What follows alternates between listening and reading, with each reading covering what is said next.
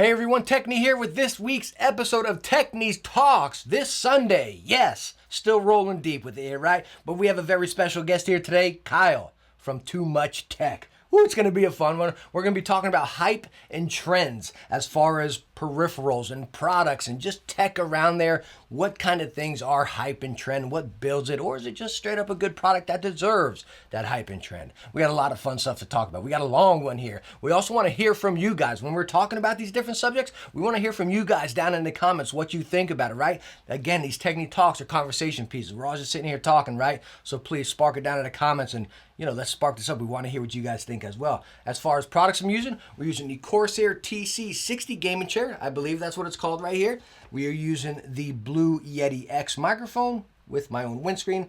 New mic stand I got right here. And as far as the laptop, we are now using a Razer Blade 17 1440p with the 3070 right down here. So really nice laptop there. As far as headphones, Audio-Technica ATH M50X. Again, hype and trends. Let's kick it off with Kyle from Too Much Tech. Hey guys, I'm Kyle from Too Much Tech. Honestly, just been doing a lot of monitors, keyboards, mice, stuff like that recently. Gaming peripherals and whatnot. Pretty much all I review at this point, but I'll start dabbling into a little bit of other stuff pretty soon. We'll see. But thank you guys for watching the discussion between me and Techne. All right. So guys, we're getting into, as you know, the topic, we're getting into hype and trends right here as far as peripherals. And we know that is a big thing around products for sure, especially mice, whether it be headsets, keyboards, just a topic in general, and even products. And that's what we're going to talk about here. And the great thing about it is it's so cool because me and Kyle, we have kind of like the same views, but saying different likes on different products. You know what I mean? So it's going to be a really awesome take right here because again, we got different opinions about some different products, and I think that's where I want to start it. And I think you're going to love this one here, Kyle, because I think this is the best way. And I bet this is one that he has on his. I probably got it on my list. Yeah. I think you know where I'm going, right? I knew it. Yeah, I knew it. The Steel Series Arctis Pro headsets, and as you can see, guys, Kyle has the A50 or those A40s. A40s, yeah. A40s. Okay, you got the wire right there. Mm-hmm. So if you guys have watched Too Much Tech's videos on Arctics, he doesn't like them, right? Polar opposite opinions. I love them. Everybody knows it. I'm the Steel Series fanboy.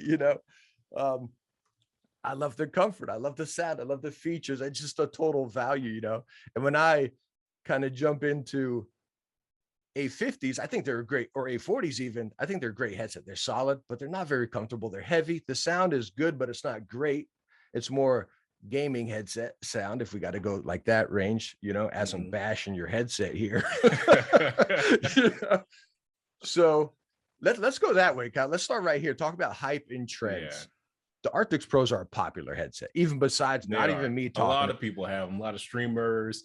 Phase. I think Phase, they're like the whole team is sponsored by Steel Series, so obviously that has a huge influence. But in Steel Series, they have a lot of reach too.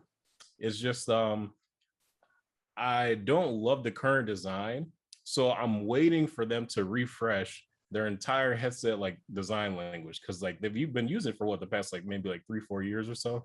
Oh, I want to say maybe 2-3 years. Two years, yeah. Arctis Pro has been my main for 2 years. Yeah.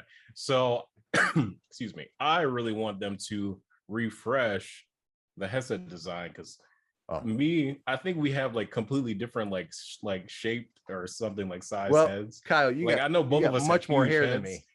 Yeah, the hair a little bit. But I think for me, I'm just waiting on them to redesign the headset, and hopefully it'll address a lot of my complaints and whatnot. Well, but there was a review that I did maybe 2 years ago, close to it, where I reviewed the Arctis Pro wireless, but I think it might have been defective because I'm pretty sure when they manufactured it, maybe they trolled me, my friend that I borrowed it from, and they installed the left driver on the right side and the right driver on the left side, because every time I wore that headset and played with it, I would get lost. And that was on top of the fact that it was uncomfortable even when I removed that little strap. So like from that point on, I've been like, oh, I hate SteelSeries headsets for the most part. I don't know if I watched that video. I don't, because I don't think I you covered. privated it. I don't I know if privated it because you. I'm Oh, positive. okay. Like after further review, I'm positive it was defective. Okay, because I watched one of your. I forget which. You've covered a couple of SteelSeries headsets, and I covered them. So obviously, hype and trends. It's definitely just that subject. It's everyone's going to have personal preference. That's like the core of it, personal preference. But even talking about this, I want to get your opinion here. Where would you rate this? Talking about, and I'm going to do the same for the Astros. Where would you put the Arctics? Or we can say SteelSeries headsets in general because they're all pretty popular. It's just how much money do you have, right? Right. Would you say they're hype? Would you say they're trendy, or would you just say they deserve the popularity? Is it a quality? I think we just covered that. You don't think it's a quality headset? For me, the Arctis Pro Wireless specifically, I don't think it deserves that $329 price tag. Not even a little bit. I'm like, they need to bring this down like $80, and then like I'll consider it. But everything in their like $200 below range, I think is actually pretty good. And the best headset that they've made, in my opinion, because of the design, is their budget Arctis One that was only $50. That headset I liked a lot. And I even showed in the beginning of the video why I like that one even more than the Arctis Pro Wired. Because I looked at the Pro Wired and I tried not to use the same lens that I use with the Pro Wireless. And the Arctis Pro Wired, I liked it as far as the features, the sound quality, like basically everything that is not the comfort. I liked it a lot. But if I'm gonna wear a headset game for hours on end, the comfort is pretty important. So it's like maybe just for my head, it doesn't work. But otherwise, I thought it was good. So if your head's different than mine, you might like it. Yeah. But the Arctis One, the fact that it had these things, the adjustable, ear pads and whatnot, that is essential, at least for me. Really? Like so that one little thing. That's what sells me on. Do that, and I think I would be fine. Really? I hope they never do that.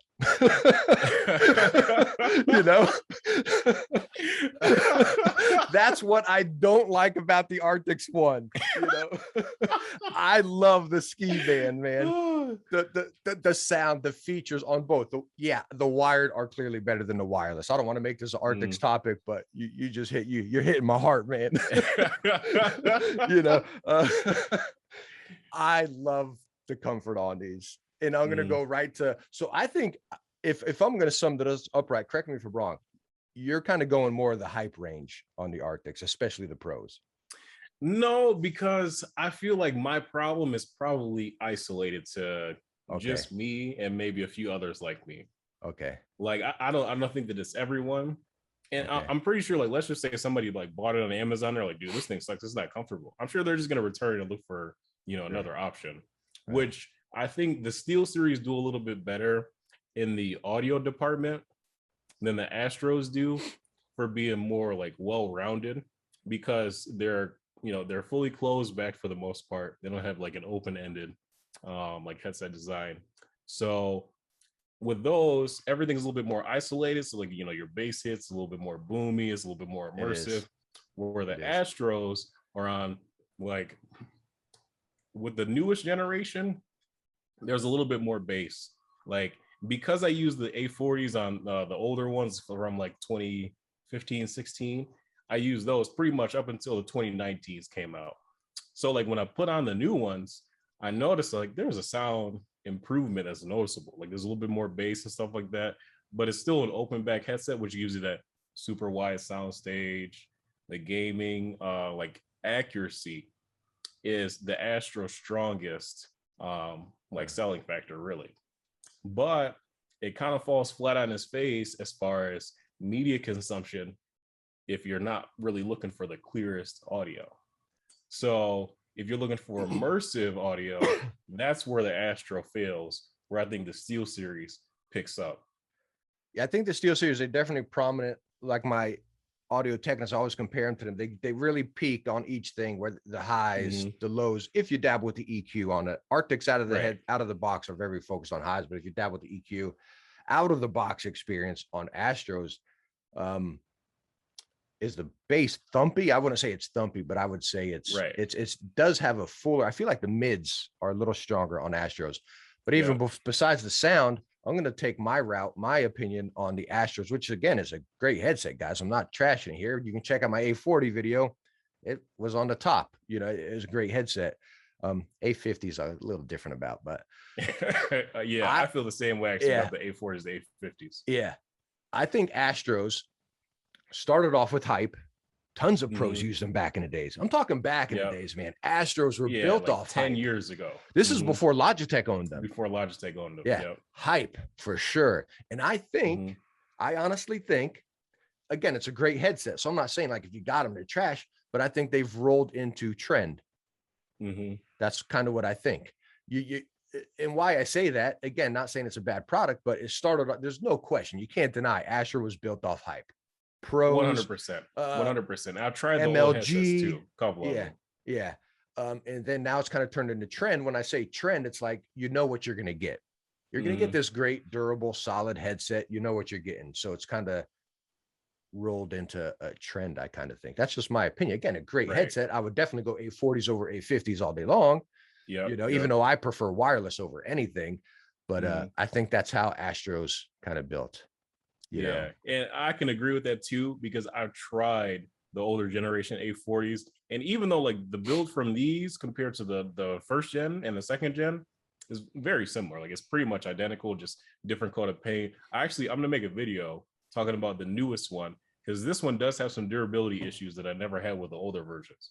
But I'd love to hear think that Astro is they've come a long way. And I think that each time like a generation came out, originally from the first up until like 2015, 16, there was like a 10-ish% sound quality improvement with each generation. And the biggest improvement was from the ones from 2016, the A40 TRs, to the one from 2019.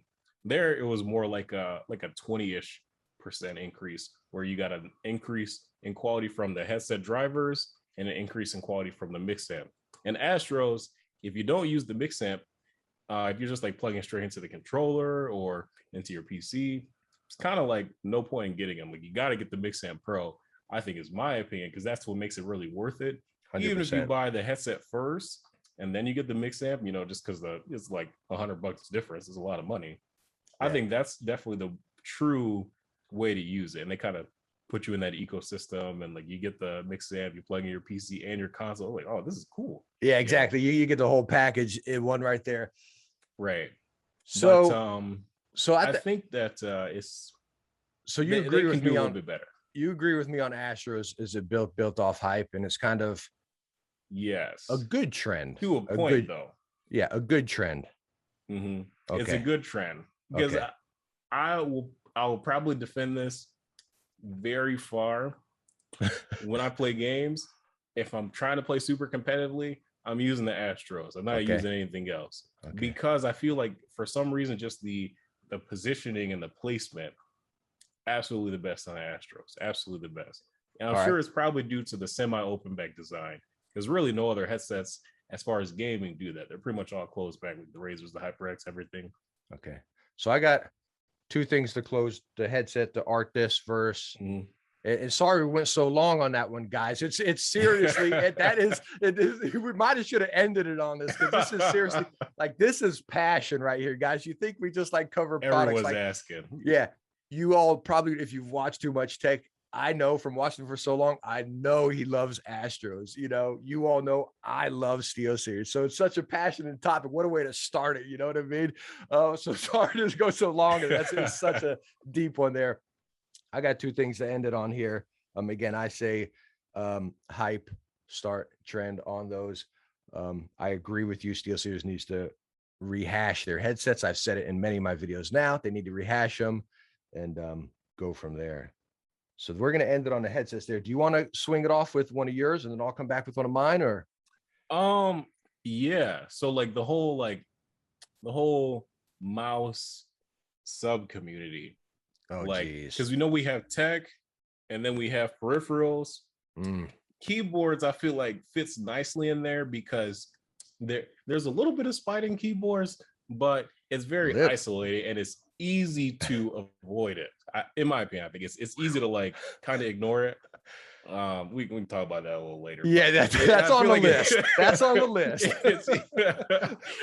It's easy to kind of avoid like the keyboard drama because like sometimes like really guys like some some stuff like that. But the mouse community, I feel like there's always like some kind of like drama, and I'm like, really, like over a mouse? Like, it's why? But what I was gonna say initially though, did you try to get a final mouse, and did you get one? So I didn't follow the whole thing. I didn't follow the whole final mouse thing. I did get on their site. I mean, like, come on. I probably was like 5-10 minutes late. So I was like, yeah, I'm not going to get one, I didn't try hard, I didn't try hard. This is a totally different topic, but what I strive on my channel is to cover products that everybody can get. Right. I know not many people are going to be able to get a final mouse. So I'm just kind of like, why? I've called HyperX out on their Ducky One Too Many like limited drops. I called them out on that. I don't like stuff like that. I like products that everybody can get. But so I think I'm catching where you're going right here. You're talking final mouse hype trend, and then also with the mouse community, how it's just kind of flown into. I hate the word community. If any of you follow me on Twitter, you probably catch me saying it a lot, that I'm not part of any community. You know what I mean? I'm just a consumer. My community is you guys watching, the shoppers. That's my community, that I like to be a part of. But is that where you're going? I didn't mean to cut you off. Yeah, like I feel like it's just a very like weird kind of thing. And I don't mean weird in a bad way, like saying like the people are weird, but I think it's weird. Yeah, no, not like that. Like, I think it's weird when like somebody gets offended when they're like, I prefer to use like X mouse. Okay. And this is why. And they're like, oh, you're wrong. You should use this mouse. This mouse is the best. Or this mouse is good, or whatever. Yeah, it's like, I got you. Why get offended? Like, it's obviously you have your mouse on your desk. You can use whatever you choose to use because that's what's in your hand. But why get upset when somebody defends for whatever, when somebody states, a reason why they like what they like, it's at the end of the day, it's just, cool story, bro. I appreciate you, sharing the feedback, and, you move on with life. Exactly. Yeah. I get that a lot. And I think coming even from a YouTuber's perspective, you can take it a different way because we read the comments and we hear the stuff replying to us. Like, I can take that my route. Again, everybody knows I love bigger mice. I don't palm grip anymore. I'm more like a relaxed claw.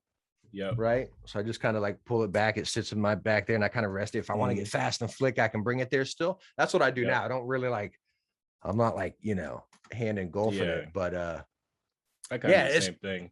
It's the same thing. Like I get ragged because I like bigger. I still like heavier mouse. This is a good one right here, right? Because you talk the Steel Series mice, right? You hated the new ones. You said they were still a little too heavy. They should have been like horrible. I forget what you said, 60 or horrible. More so, other than just the weight, I hate the design. Really? The Prime? Really, same reason why I hate the headsets. Honestly, the design of the Prime. Yes. Oh my god. Ouch. I used the Prime and it was I returned that thing so fast. Oh my god. Wow. But it was uncomfortable, and I feel like the side like on the right side where it kind of flares up like into your hand, like kind of like an EC or a Model D or whatever. Correct. It wasn't like that, and it feels kind of weird in the hand. Like, and maybe for like a different kind of palm grip, it works. But when I try to use it, it does not work at all. And like around the same time, I was using the newer version of the Pulsar X Lite. I was using the Cone Pro Air. I was using obviously G Pro Wireless. And then recently I've been using this Ninjutsu Origin 1X. So you're using ergonomic. All of those, right. And all of those to me feel way better. Way better. And it's like there's no way. That's why at the end of the video, like I shut the camera off. I was like, nah, I gotta make some recommendations because there's no way I I could oh, you know, was that the Prime Wireless or is that the Rival 5? I think it was the Prime Wireless review. I did that. Yeah. Mm, Because you like the not the Rival 5. You like the 650. I know that. Or yes. this, what is it? The Yes. 7, I The don't forget 600 and the yeah, 650. yeah, I'm waiting for SteelSeries to make new versions yeah, of those yeah. mice. As soon as they do that, I'm gonna have a new main. See, I like the primes. Is it enough for me to say I don't like the it's a main? I've been playing tons of Rainbow Six. That's all I play lately is Rainbow Six. But I've been using the prime. It feels like a G Pro, an ergonomic, the G Pro wireless I want. That's what it feels like to me. The weight, maybe a pinch heavy. And this is where I want to kind of jump onto a different subject. Kind of, we're still talking about mice here. And I want to focus on that right there. The weight. I think weight on a mouse is such a ridiculous trend. I hate it. I hate it. And this is going to go right to you. This is a 2 points right here. I'm saying weight is a ridiculous trend that I can't stand. I'm going to go right to the beginning of when we started this topic. You're talking about people hating it because people are going to hate me saying that. People were like, no, weight is what matters the most. It's all about weight. No, you know, it has to weight be, is a factor. Yeah, weight. It has to be like lightweight. Like, how are you gonna, if you gotta, don't get me wrong, I'm not game with 100 gram mice. I like 7, what I always say, like 70 to 90 is my sweet spot, you know. But some people are like, no, I need 40 to 60, you know. I think weight's to a limit important, but shape's king for sure, in my opinion. But I think the weight, like, you will get ragged if the mouse is too heavy. People wouldn't even look at it. People wouldn't even look at it. I'm kind of like that as well, but that's how you were with the primes. Yeah, it depends. So with the primes, the way that I look at it, I say, okay, this is excuse me. I say this is SteelSeries' first attempt at making a more lightweight mouse. They don't have holes in it, so I give them that. But they kind of did like a little bit of like somewhat redundant features and whatnot, which is the bigger reason why I was a little bit more upset with them, because like on the Prime Wireless, right? That's where they give you the new PTFE feet, all that stuff, and it's like 130 bucks. But the other two mice, not one, but other two mice that are, one of them's half the price, one of them is 40% less or whatever, 30% less. They don't give you the new PTFE feet. So now I bought this mouse. If I want the even feet that are competitive, I go spend another like 12, 15 bucks, including shipping, for some feet. Now I'm creeping up to the price that the more expensive mouse is, when all the other mice in that category and less expensive come with those features, like the better paracord, the upgraded feet, stuff like that. That's why I have not reviewed not a single Zowie mouse on the channel, because for 70, 80 bucks, and I gotta buy a paracord, and I gotta buy more feet. I love Zowie mice. I love them, but out of the box, you're right.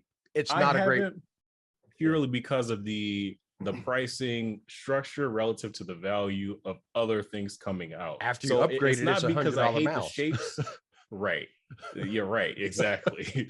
It's not because I hate the shapes, because I give Zowie mad respect. Even the tier list I did, I'm like, obviously they design most of the shapes that we all use. So I got to give them mad respect for that. And I don't even know if that mouse has been cloned. But, it's like the price to performance for me, unless you really just love the feel of the mouse and hand, is what I didn't really bother, I should say. Yeah, I'd even put, again, I don't class myself an enthusiast or anything, but I've even put the Zowie mice more on that side, because they're still a good mouse. I love them. I've got so many in my closet, but they're decent out of the box, but they're great when you mod them. But like we just said, they're great when you mod them. You're talking as $100 mouse then. You know what I mean? Which is a real stinker. People will complain about the weight. I love the weight of them. I think a little bit lighter would be nice, but it's not an issue for me. It's not. Right. You know what I mean? So, and while you're talking about the weight, let's talk about that real quick, because I feel like weight is relative to the shape of the mouse. Like if you got, this real small mouse, I know you're not like a big like G-Wolves fan and whatnot, but like let's say you got a Razer Orochi or a G-Wolves Hottie S, those small mice, I would expect those to be somewhere between 50 to like 65 grams for the size of the mouse because of the density and the balance and all that. So I give like every mouse different weight classes that I think that they should be in, because I feel like once they start to go out of that threshold, that's where I notice a performance difference, because it has to be at least close to some of the stuff that's in its like in the category of the mouse. So if you got a like a symmetrical mouse, like a Model Low, G Pro wireless, stuff like that, I say the range is like maybe like 55 to 75 grams is where those mice should be. Ergo mouse, 65 to 80 grams is where a wireless ergo mouse should be. And maybe not wireless, but it could be wired. It doesn't really make a difference. But what was like around there? Like everything has thresholds, I think. Yeah. Speaking about that, what was the prime? The prime was at 90, or is it like 87 or something? I think it was like 85 or 87. Yeah. Okay. Yeah.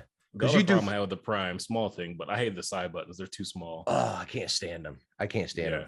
The Steel Series needs to stop that. Yo, I even called that out in my video, but I agree with you. Even backtracking about that, like I wish they would have combined some of the mice and just made 2, not 3. Right. You know, that's a whole different topic. But just focusing on weight right there. I agree with you, but weight's not a big deal to me. It's got to be at a certain, it's got to be under 100. But like, I feel like talking about trend and hype, I think weight is but talking about smaller mice, like I feel like there's such a thing out there. Like everyone wants this lightweight mice that they're willing to get this dinky little thing. Yeah. Like, I'm sorry, like the Orochi, I'm over here. I'm pressing buttons, but the Orochi is, it's a great mouse. It's awesome mouse. I didn't understand the pricing of it, whatever. That's, everyone hates me for high. Yeah. But I don't think just because it's smaller and it's lightweight makes it a better mouse. Like it's just, you can make a stinking thing dinky and reduce all the weight, it doesn't make it charge great. All the money. It doesn't make it great, you know what I mean, in my opinion. And I think that's what it's come to. It's like, just make the mouse as light as you can. So whatever, if you make it small, fine, whatever. And I think that some people, they compare mice that aren't really 1-to-1. So it's like we're getting a lot of like these final mouse comparisons with this mouse. It's like, some ridiculous where it's 45 grams, but the mouse is smaller than like a G Pro wireless, a Viper Ultimate. Like the mouse is significantly smaller, so it can be significantly lighter, and it's got holes in it. So it's like, of course, it's this crazy light mouse, but when you get the mouse in your hand, it feels totally different because the shape is different. The mouse is smaller. So it's like, I don't really know if this, the best, it could be the best for your hand if you got small hands, but if you don't have small hands, it's almost irrelevant. Like I was going to get a final mouse, I was going to review it, and I'm sure it's, great and whatnot, despite whatever quality issues they have. But I'm going to go right back and I'll main the Cole Pro Air G Pro wireless. Right. And even kind of going on that final mouse topic, again, I don't have one. So what I'm saying is not really, it's what it is. But this is what I kind of want to pull with, just some of them are on my desk right here. This is kind of an idea, and you guys can kind of see where I'm going here, right? I mean, I want to ask you about this too, Kyle. So we kind of covered the weight topic. We know that's a real touchy subject, and I think it's definitely, a lot of trend out there about weight, and then it turns into hype onto the mouse. So let's start right here. This is probably the best way to start, is the glorious Model O-D or wireless, whatever, I think these things caught so much hype because number one, because the great value, right? I mean, it's the lightweight, it's a Zowie shape, it's the FK shape, the value looks of them. Cool. Yeah, right. The RGB, it's lightweight, it looks cool, it's got the holes, it was on the trend of holes, and then the hype of the product blew it up. And this is kind of almost the sum of this video, and we got a lot more to talk about, but the sum of this video is hype and trend, where you don't want to get caught up into it, right? Because the Model O's and stuff caught so much hype, and now everyone's talking about QC issues. You know what I mean? Like I remember, like I caught even so much. Yeah, I know a lot of people don't like my stress test. Me and Kyle, we talked about the stress test after on my D-. I just pressed the bottom like this and the PCB popped out. No Yeah, one's gonna press it like that. Nobody's gonna, but but it shouldn't happen. it shouldn't do that, you know. Mhm. And that's kind of where I try to focus is like, I'm not going to get caught up in the hype and trends covering products. I want to test them as a product. You know what I mean? Right. Um, so that's what I think I don't know. Would you agree with me there that the O caught so much hype and that's, I you definitely know, did. yeah, Because mine has battery issues. I'm just too lazy to RMA it because I don't like yeah, Glorious's like customer service process. Like I remember I had a cable. I bought like one of those ascended cables from a Model O minus back in the yeah, day. me too. And like the cable started fraying and occasionally it would lose like it would like disconnect like while I was using it. So I said, Mhm. hey, can you send me over a new cable? Like this, I bought this cable for $15. I'm not asking for a new $60 mouse. And they're like, yeah, send us a video of it.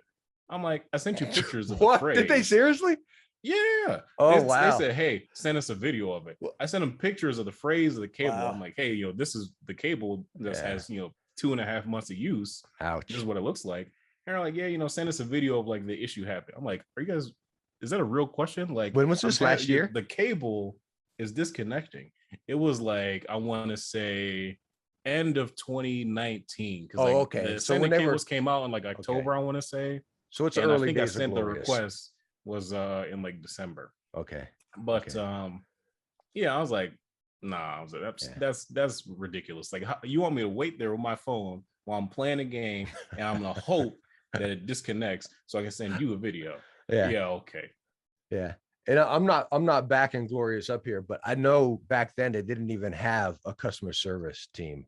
I know Mhm. now they do. I don't know if I'm with Kyle. Like if something's that bad, like Glorious is different because it's through them only. But like if I have faulty Yeah. product, I'm gonna return it to Amazon and get an exchange or something, Oh, or I 100%. won't Yeah. even mess with it anymore.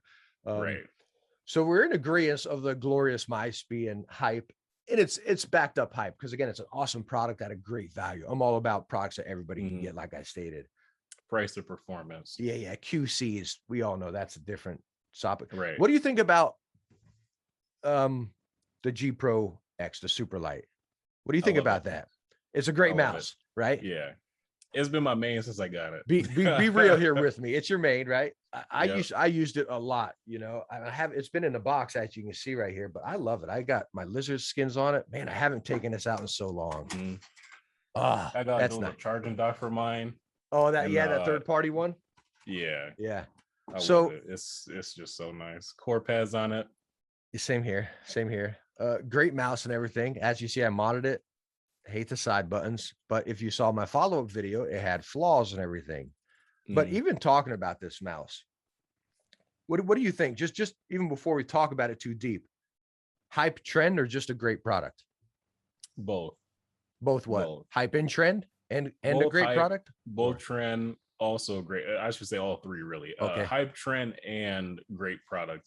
And I understand that like maybe people they don't like the Omron 20 mil switches, but I think for the market that Logitech is after, and the reason why they use Omron 20 mils is everybody was upset about the double clicking issue on the first one. So they said we can't use the same switch, obviously. And the Omron 20 mils that they use, they're light. You can click them rapidly fast. They're pretty crispy. What else do you want? Like, it's just a mouse click. Like, I don't get overly wrapped up in, oh, the clicks on this mouse, they're amazing. It's like I'm clicking the mouse, I'm playing the game. I don't really care too much about like all the fluffy stuff. Yeah. In game, if I'm using like, let's say we're playing first person shooter, I'm using a semi-automatic weapon. I just want to make sure that every time I click that mouse button, all the shots are registering. Because Right. otherwise, if it does anything else but register, what's the point?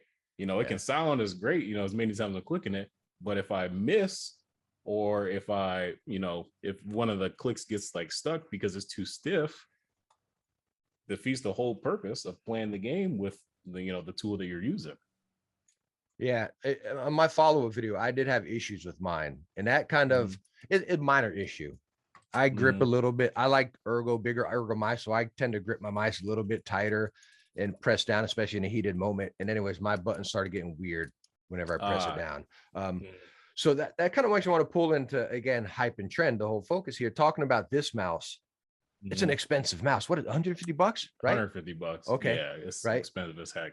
Yeah, some people are having a minor issues. I heard other people having it. Mine had a minor issue. Nothing deal. I don't know if I say deal breaking $150. You know, an issue's an issue. I mean, Right? if mine had a flaw, I'm Yeah. Logitech. We're all at. Hey, Yeah, right. I need a new one. Yeah. So talking that, and I'll even dive into that at $150. It's an expensive mouse, not packing many features. Right. There's no Bluetooth, which whatever. The No stock, USB-C. yeah, Stock beats suck. They don't suck, USB, but they're not great. USB-C, man. Don't get me started on the USB-C. Let's talk about that real quick, and we're gonna we're gonna make this short and sweet. Yeah. Focusing on this mouse. Yep. USB-C hyper trend. Hit me quick. What are you going with? No, it excuse me. Well, it needs to be a trend. The reason why it needs to be a trend is your keyboard micro USB or USB-C. Because if your keyboard is micro USB, you probably have a Logitech G915. That's the only reason why that would make sense, because you got a G915 and you got a G Pro wireless. Therefore, the argument is irrelevant because they both use micro USB-C. But if you got anything else, you got a custom, you got a HyperX, you got a Razer now, it has USB Type-C. You unplug your keyboard, you plug in your mouse to charge. One cable on your desk, you don't got to search for one, and $150 mouse that you don't have to buy the aftermarket accessory for $30 for the wireless charging. I think it should have USB Type-C. Yeah, a lot of people talk about durability of it as well. I think as far as durability, it's so funny because I think it was after my review of this, I got so much slack in there because I was like, I don't care what it connects to. I don't care. I got multiple connections. It's not a big deal. Is it because I reviewed for the price? Yeah. Is it because okay, for the price? I can see that. But for me reviewing so many products, maybe I'm looking at it in a different way because I got so many cables on my desk. I got every cable I need. You know what I mean? But I got so many cables. I'm trying to simplify. Right. You want everything to be USB-C. Yeah. But even my iPhone. Shoot. Yeah, between headsets, between mice, everything's using something different on my desk, you know. But it's so funny talking about the durability thing. I think it's trend. It's turned into a hype topic where people don't even know why it's going to benefit them, but they just want to get on it. Oh, I got a good thing. I want to chime in. And I know you're going to be the perfect person to ask, but there's a funny story I want to tell you. Talking about durability, USB-C, after my video of this, and everyone was like, it needs to be USB. Everybody said, it's got to be USB-C, right? I was like, I don't care what it is. It's perfectly fine. Doesn't bother me. It doesn't bother me at all. Everyone's like, it's more durable. It's this, that, the other. It's funny. My son with his Nintendo Switch Lite, it's USB-C. So he's plugging it in. Dude, he plugged it in at an angle and just jammed it into the USB-C, and the whole thing like won't even connect. You know, sitting out in the hall right now. You know, so USB-C and being more durable. I don't think I stand by that. You know, you're saying, 6-year-old shouldn't be messed with it, but I don't think USB-C makes it more durable. Like I think it's just easier because you don't have to be aware of the orientation. Simplicity. I don't think it makes it more durable. Simplicity for sure. Okay, so I'm going to get off subject here a little bit because we're on that cable topic, but this just hit me. I'm looking over there, looking at Kyle. I'm like, this is the perfect question. This is perfect. I want you to give me your straight up here, okay? Because I know you worked with a lot of companies. I know you use them. Coiled cables. So who's my favorite? Like my number one? I don't want to know what your favorite. I want you to hit me with hype, trend, or a great product. A coiled cables in general. And I'm not talking about the quality of how someone makes them or whatever, just the scene itself. The scene itself. It's a very the thing is, there's a lot of stuff going on in the scene, and it's like when you work with like some of the companies, like when you talk to the people, like some of your opinions kind of change a little bit, some for the better for the most part, some for the worse. There's a small few people I'm not gonna name, of course, but honestly, I like it a lot, especially if you're into the keyboard thing. You want everything to be color matched and stuff. I mean, yeah, you know, you can get a black or a white cable or whatever and call it a day. But when you get something that's like super custom and it matches exactly what you have on your desk and your mouse and your desk pad, and you got the whole setup, I see the value in that because it's, even though it's like such a little thing and it's kind of irrelevant, like, it's the same cable effectively that comes in the box to your keyboard most likely, but it just looks way better. And it's 100% aesthetic purchase. I think the market has grown so much because of it, because I think it's a little bit more than just a trend. Like, I think it's just like a luxury item is the best way that I would classify it. It's, you bought this cool keyboard. It could be $100. It could be 600, $1,000. I wouldn't spend 1,000, I don't think, but maybe 500, 600. I've gone in that realm quite a few times. But excuse me. But I think that the coil cable is more of a luxury item for like it completes the aesthetic, I think. Okay. Now, guys, while you guys are watching this as well, even from the beginning, I should have mentioned this before. We were talking about headsets, mice, or even coil cables. I want you guys to chime in down in the comments and let us know your honest opinion. Mm-hmm. Like, oh, hey, I love. Gonna be interesting. Yeah, exactly. I want to hear what you guys, if it's just a certain thing, if you're hooked on the mice, the headsets, whatever, let us know. And then why? Because I'm just really curious. It's gonna be a really awesome topic. Because again, we all got different likes. We're not trashing stuff here. We're just talking our honest preference, right? So, this coiled cable topic, right? Mm-hmm.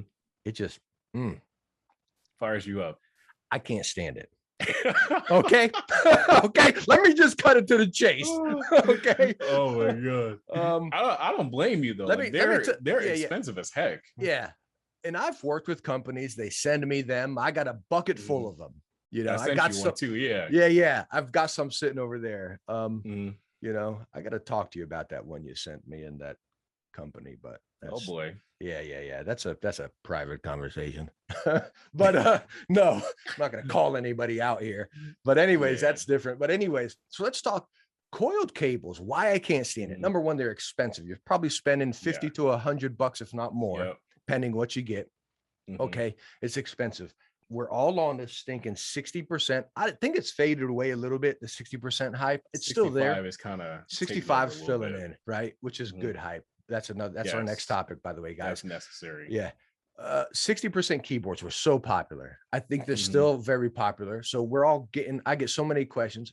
What 60% keyboard? The Razer, yada, yada, yada. Anyways, so you want the 60% keyboard. Why? What everyone's going to say, because they don't want to be caught in, oh, I want it just because hype, which I think is a lot.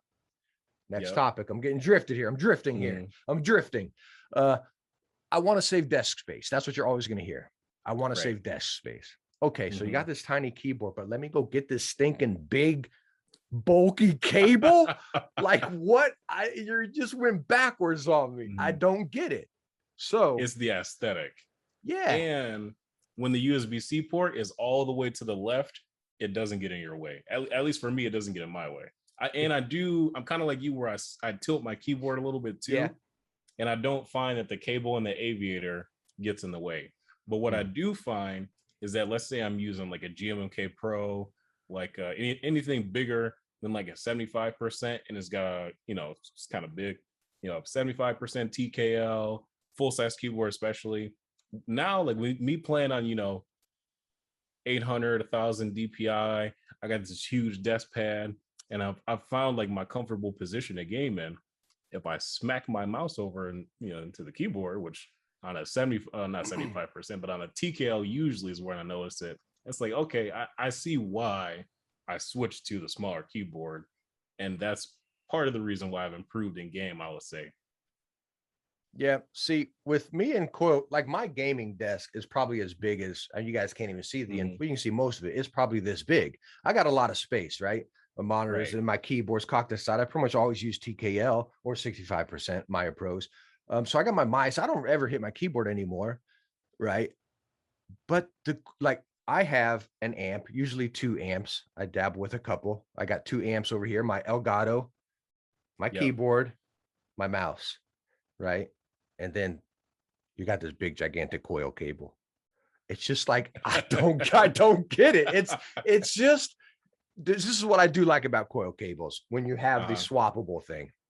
Right. Because you can have USB-C, your micro, you have all your connections. That is awesome. That's cool. Okay. But this is like I've mentioned this a couple times before. This is what I use: Mhm. paracord Like a USB cable, paracord. paracord Mhm. USB cables. I move my keyboard so much when I'm gaming. I Yep. move it over here, or I'll pull it. I'll dabble with it, rest my arm a little more, pull it back, and this is just it's like a mouse. Yep.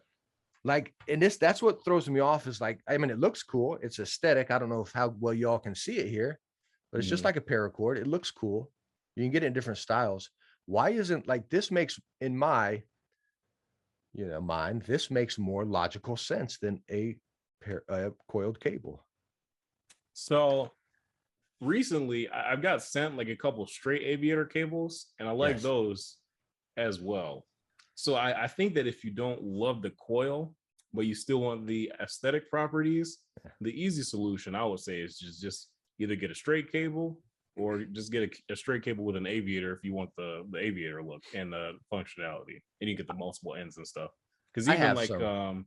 a company like Space or whatever, where they do the real long-term group buys, they get it in 9 months. They give you the option to say, hey, if you want another device in USB micro, USB the mini, and USB Type C, you can select those, and you can opt to not get a coil.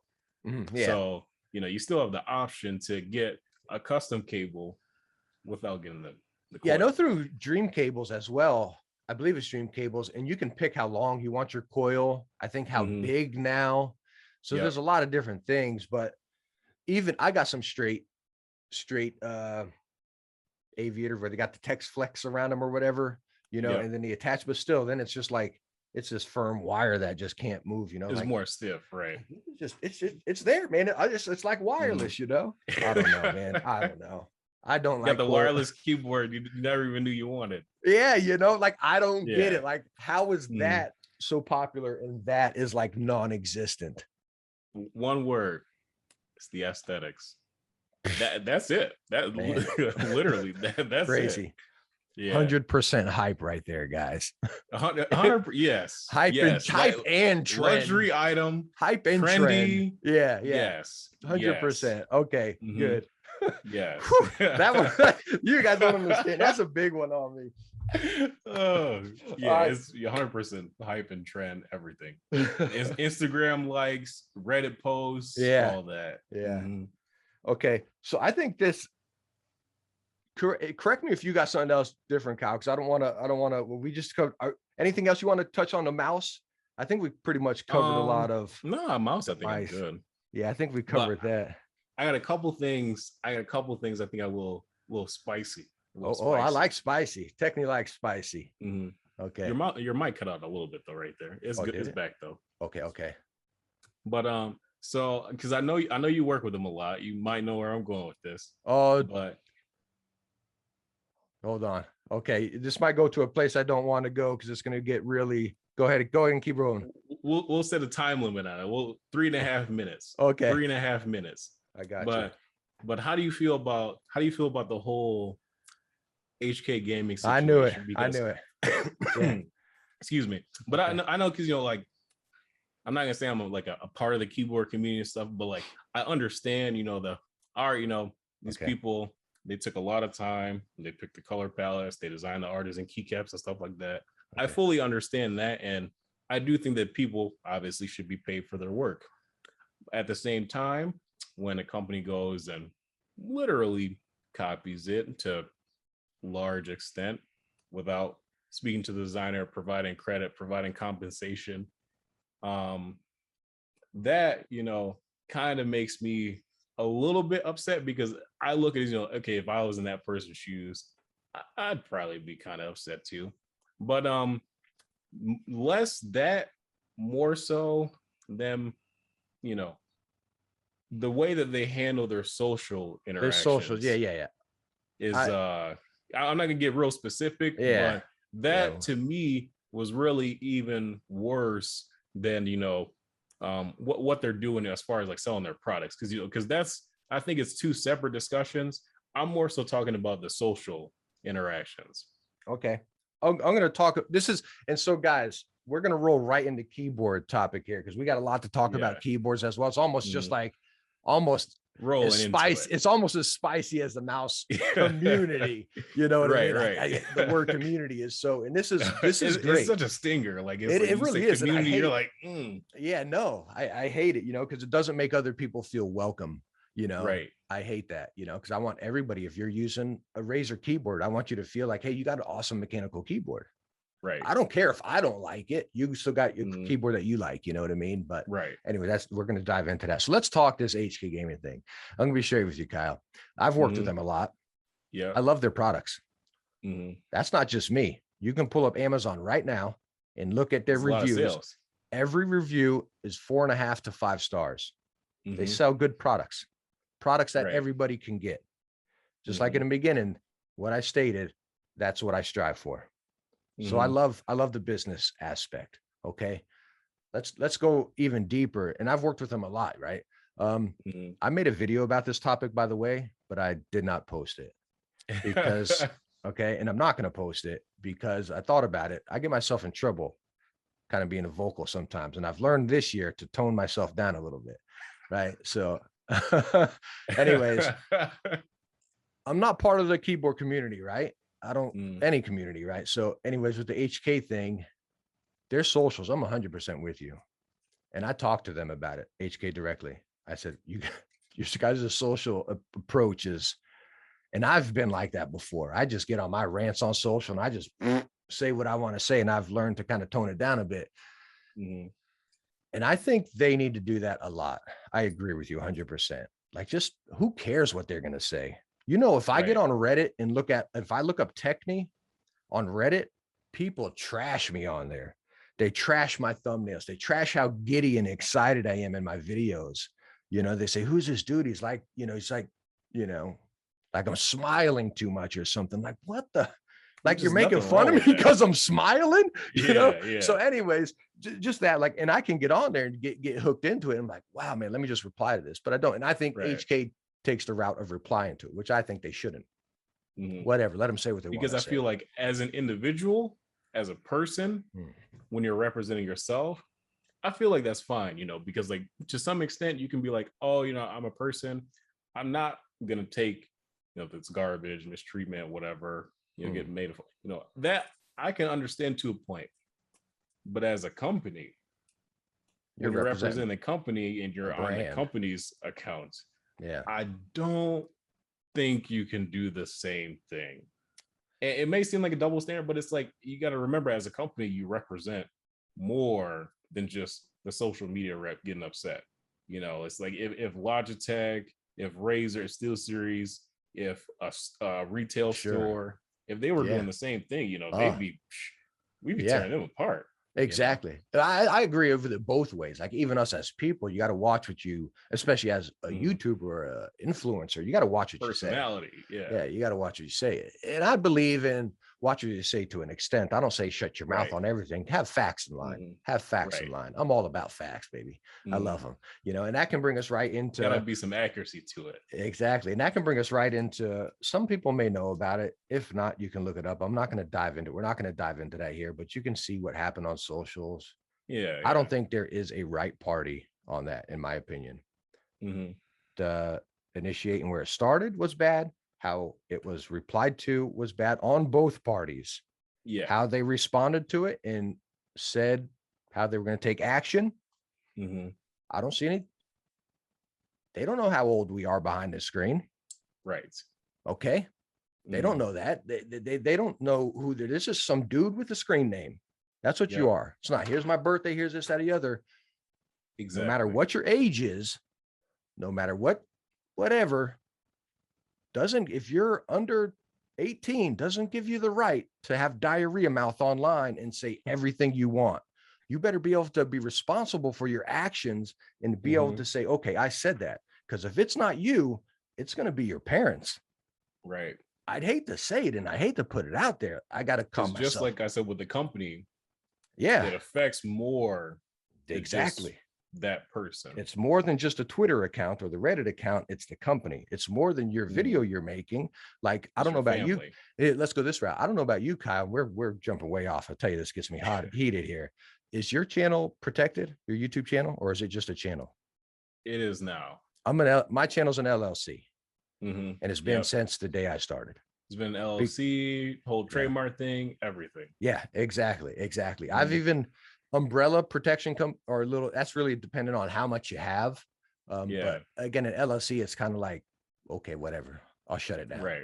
You know, I'm a very vocal person on my channel. I've called it out how it is. And if you look it up, I tweeted out the other day, if you review something bad and it's not facts, you don't have the product and it's not legit, you can get sued.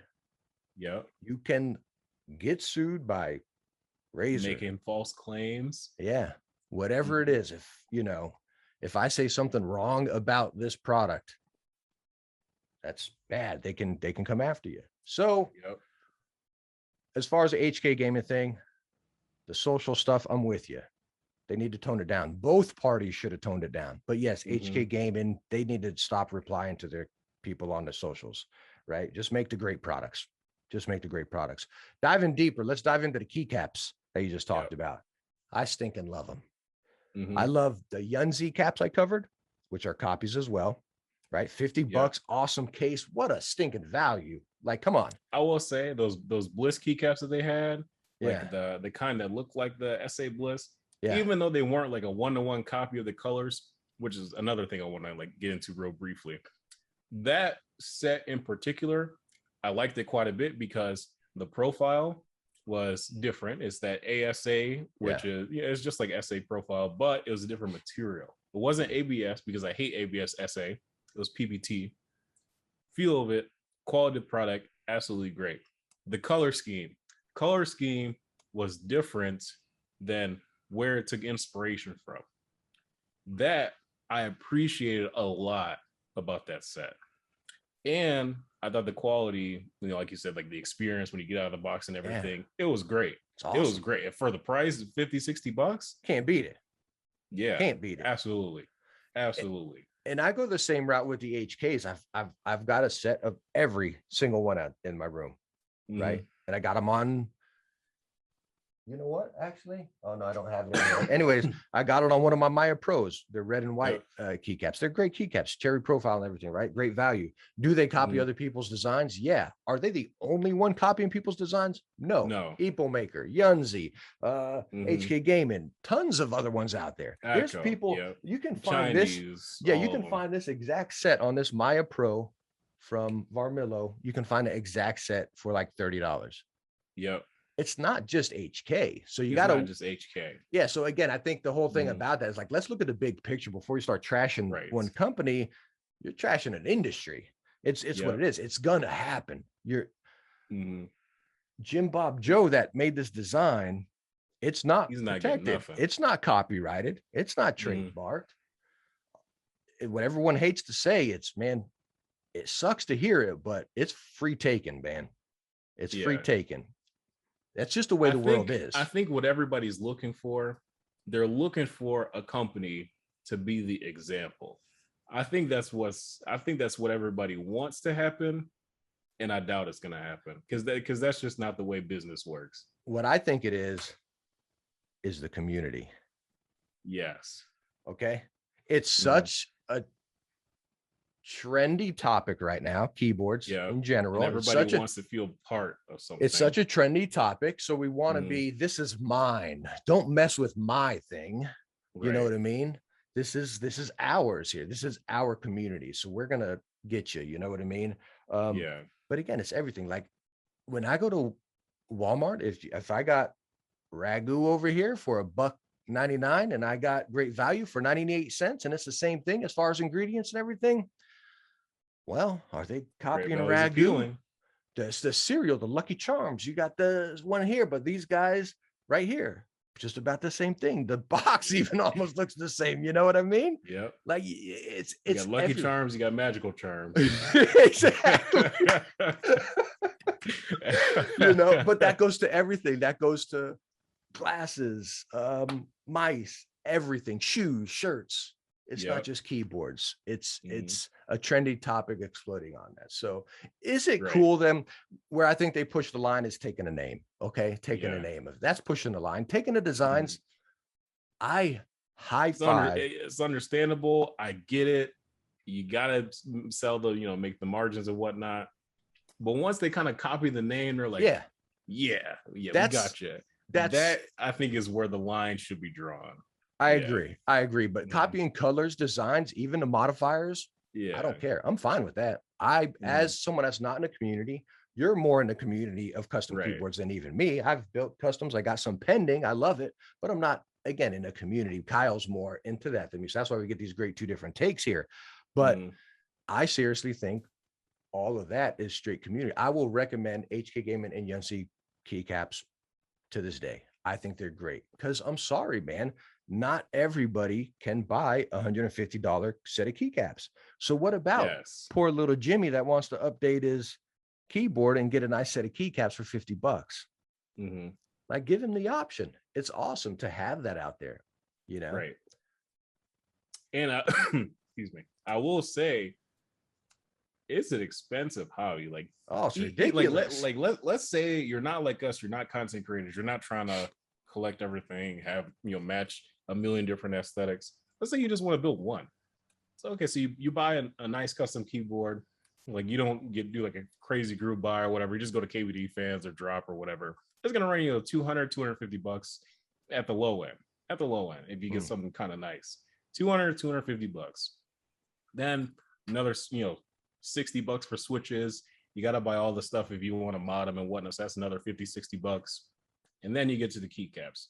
It's like, all right, well, you can spend you can spend $150-$200 on some keycaps that you won't see for 16 months, or you can go on Amazon. So it's it's the mindset's completely different. You're like, oh well, I'll just get this and then use it until I can get my $200 keycaps that'll show up maybe next year.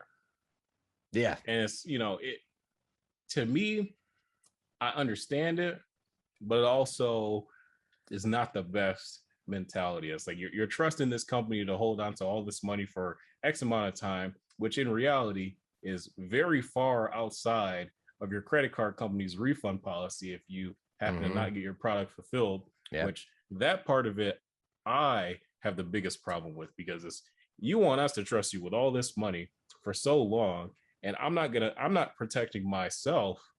I'm not protecting my investment because I'm trusting you to produce this and deliver on time. And that on time is outside of my finance, protection policy, basically. That's the problem that I have with it. I don't got group buys from other companies, but from Drop, I got I got like 3 or 4, probably averaging up to like close to $500 just sitting out there pending. And it just keeps getting delayed, constantly delayed, It's just not, custom keyboards in general is not a consumer friendly hobby. No, not at all.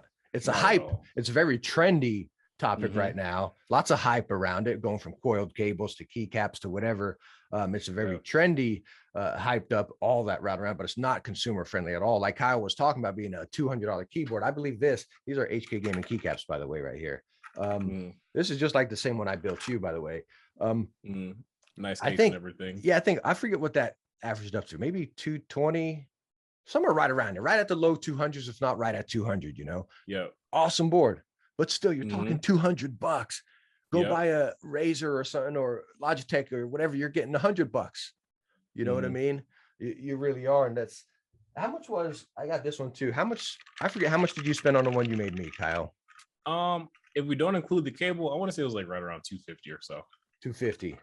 Wow. And that's, and as far as the ones we did, because we set that baseline to not go overboard. These are probably like, I don't want to say bottom line, like cheap, because they're not cheap, but these are like we put at the lower end of custom keyboards, to the right? Mid-range, lower end of custom keyboards. Lower end of mid-range. Yeah, and that's like, you're talking 250.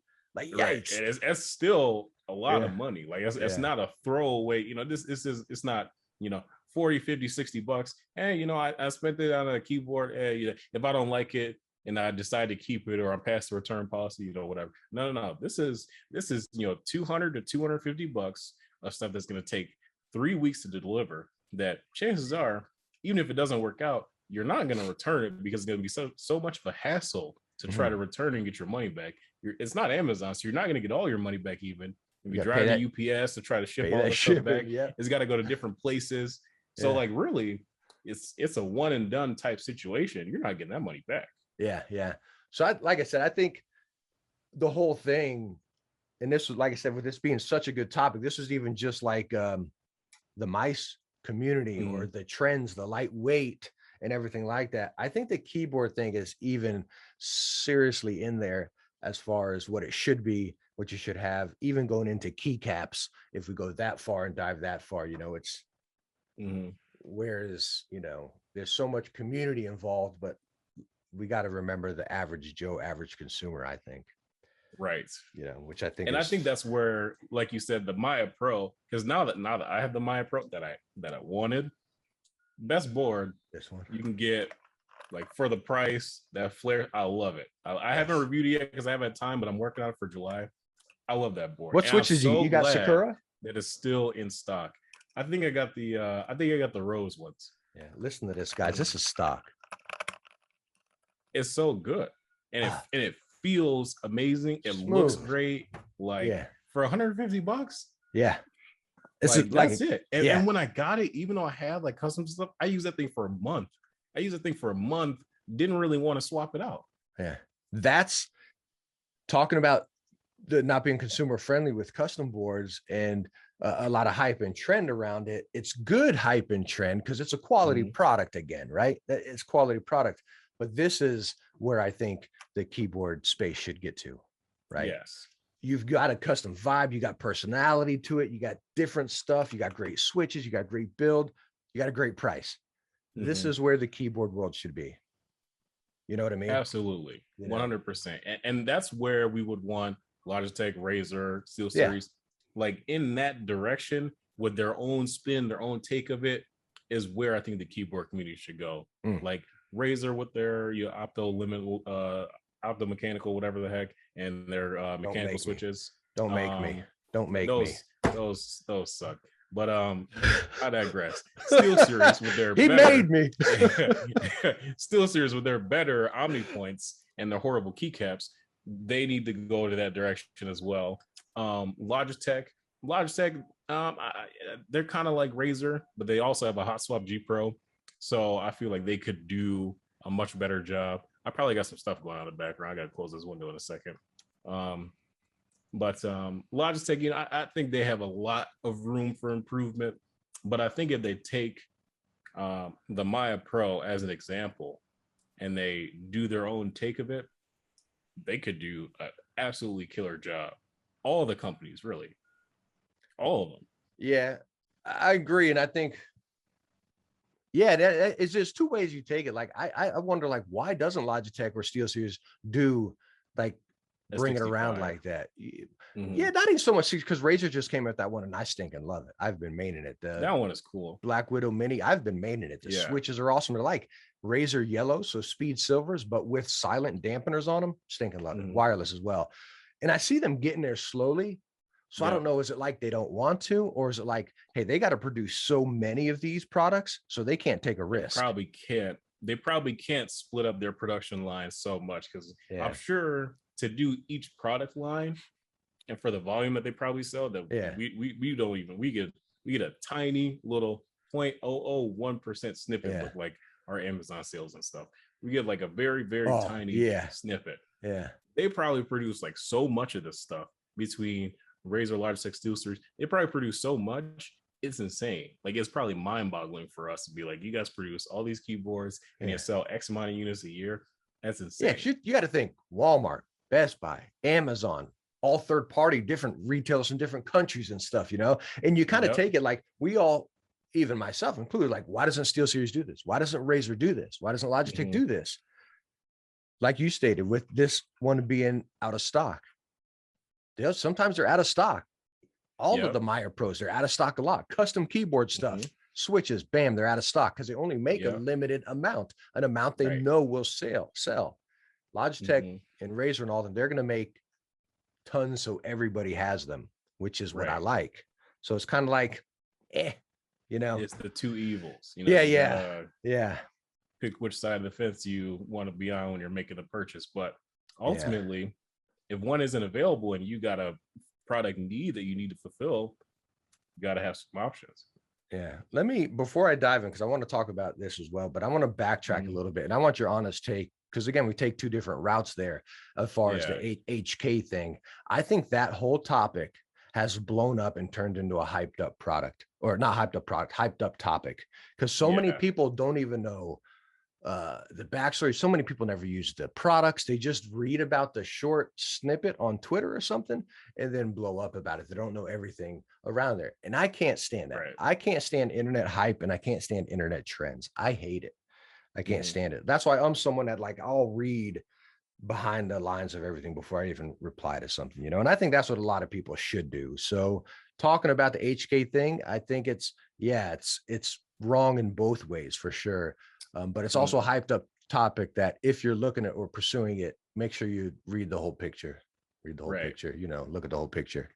So that's what I got to say about that. Definitely more research to be done on the end user to get the full understanding. Exactly. But yeah, the whole situation is crazy. Huntsman Mini, Kyle. Yep. Hype. So 100. What do you take? Hype, good product.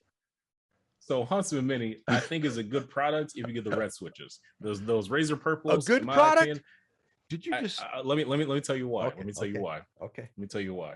I'm gonna back up here. Even though it might not be my personal choice because I prefer mechanicals and stuff like that, but for what it is, depending on what you're looking for, I think it's the best option, specifically for the price range, because it's in a price range where it doesn't have competition, and the nearest competition is not in the same category. Like, both of them are a little bit different. So in the case of the Huntsman Mini, the things that I don't like about it, I just like that it doesn't have the arrow keys exactly the same as the way the HyperX has it on the Origin 60. That's my biggest issue with it. So was that your competition you were talking about? Is the HyperX Origin? Because I'll get into that in a second. Okay. But I just mentioned that as a point of reference because that's something I really love about the Origin 60. Okay. And I would pick that over it, but for a different reason. But let's say that you're looking for an optical keyboard with the fastest actuation at the price range of the Huntsman Mini is at, which is between $100 to $120. Really, it doesn't have competition that's equally as good in the same price range. You have the GK61, which is between $60 to $80, but even though it's optical, it's like an optical mechanical, where you can still like pull the switches apart and modify it and all that stuff. And by the time you do all the mods, you're pretty close to the same price as the Huntsman Mini. And then you have the SteelSeries Apex Pro TKL. So it's a different form factor, and the feature set is a little bit different, and it's more expensive by a lot. It's $160 plus tax and all that. So really it's almost $200, and it's hardly ever on sale. So I think the Huntsman Mini, if you get the red switches, which is my recommendation, not those purples. For sure. Yeah, for sure. But if you get that, if you're looking for the fastest optical keyboard that is pretty nice, and it's not obnoxious as far as being loud and whatnot, you got PBT keycaps. Razer, in my opinion, I think has the best RGB because it's extremely bright. It's in its own category, is the best way I can describe it. I disagree. I think everyone knows from my review of this. Heck, I've even told Razer face to face on a Zoom call, I can't stand this keyboard. I can't. I put so much time into this. I put Flex Seal underneath. I put dampening underneath. I lube the switches, and it's pretty nice. Probably better. Yeah.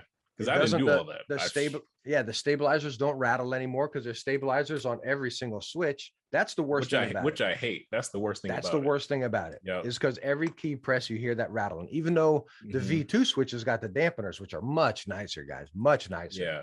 But the stabilizers on each switch are so annoying. I do not like at all. Yeah. That needs to change. Exactly. That's what that's the biggest thing that ruins the board, guys. That's the biggest thing to me. That's what ruins Razer, they need to figure out how to make an optical switch that that functions like a mechanical switch.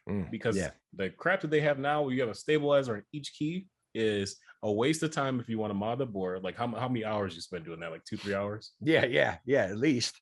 Yeah, 2-3 hours of your life you'll never get back. And for improvements that it helps, but it didn't make a big enough difference for you to actually enjoy using it. Yeah, that's the problem that I have with it. So I feel like for the price that it is, for an optical keyboard that looks decent and is fine to use as far as like user experience, it's not nothing stand out or stellar or anything, it's decent. So you're gonna give it a good product badge. I give it a good product badge, but it's not a great product. Okay.